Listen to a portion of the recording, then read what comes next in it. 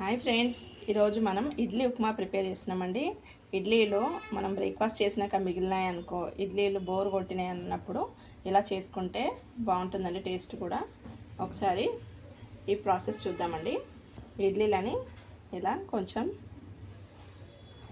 రవ్వలాగా చేసుకోవాలండి. దీనికి కావలసిన పదార్థాలు ఎండుమిర్చి, పచ్చిమిర్చి, కరివేపాకు, పల్లీలండి, జీలకర్ర, ఆవాలు.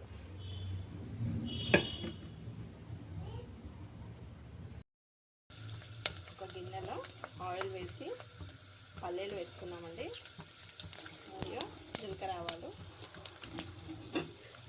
ఎండుమిర్చి, కరివేపాకు, పచ్చిమిర్చి వేసుకొని కలుపుకోవాలి.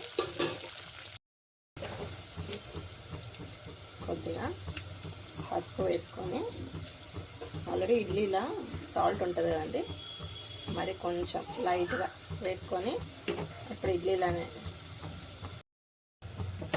ఇవి ఫ్రై అయినాయండి. ఇప్పుడు ఇడ్లీలది ఇలా రవ్వలాగా వేసుకున్నాం కదా, అది వేసేసుకున్నాం.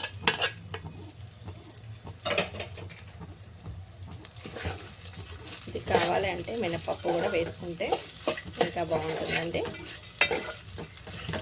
ఇలా మొత్తం కలిపేసుకుందాం.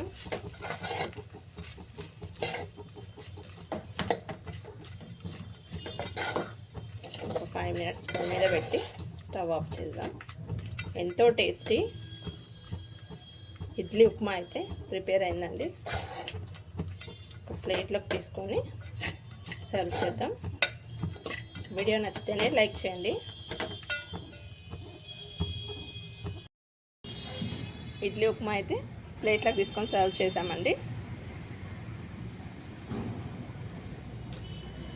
టేస్ట్ అయితే బాగా వచ్చిందండి. మీరు కూడా ఒకసారి ట్రై చేయండి. వీడియో నచ్చితే లైక్ చేయండి, షేర్ చేయండి, సబ్స్క్రైబ్ చేయండి. Thanks for watching.